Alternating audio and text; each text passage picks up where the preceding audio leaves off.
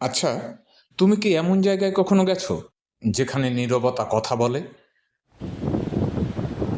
যেখানে জঙ্গল আর নদী মিলেমিশে তৈরি করেছে এক রহস্যের গল্প? হ্যাঁ, তেমনই এক জায়গার নাম বিচিত্রপুর। দীঘার কোলাহল থেকে একটু দূরে, মানুষের ভিড় ছেড়ে লুকিয়ে আছে এক অন্য পৃথিবী।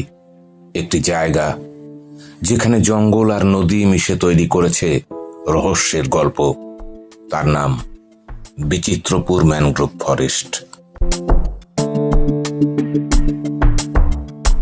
এটি শুধু একটি বন নয়, এটি প্রকৃতির এক গোপন রাজ্য, লুকিয়ে আছে ওড়িশার বালেশ্বর জেলায়।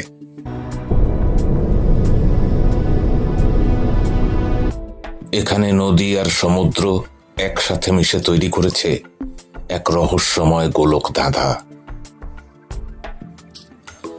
যখন তুমি এই বনের ভেতরে প্রবেশ করবে, তখন বুঝতে পারবে তুমি একা নও।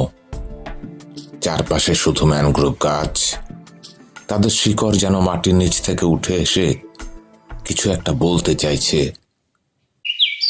শুনতে পাচ্ছ? ওটা শুধু পাখির ডাক নাকি অন্য কিছু?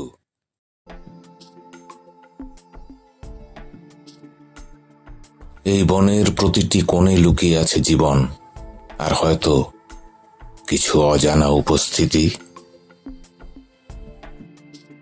স্থানীয়রা বলে এই বনে অনেক কিছুই চোখে দেখা যায় না, কিন্তু অনুভব করা যায়।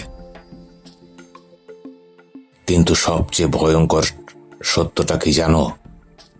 এই বন ধীরে ধীরে হারিয়ে যাচ্ছে।